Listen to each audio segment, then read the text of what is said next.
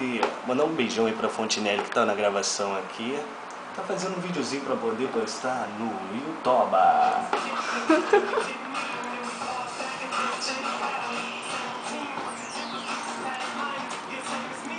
Fontinelli, que está hospedada aqui na minha humilde residência, aqui em Vila Kennedy, Bangu, ela ficou com medo de curtir o baile ontem comigo.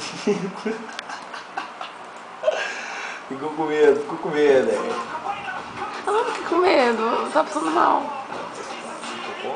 Não, eu estava passando mal, cala a boca.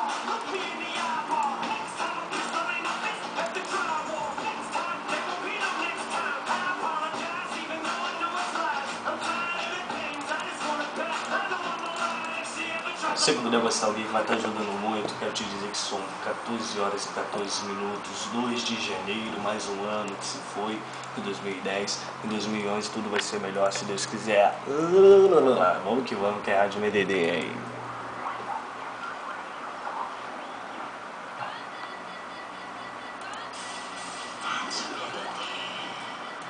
Você tá ouvindo a Rádio MDD. Que delícia! Escutem a rádio. Valeu, Jet. Tá bom, ó.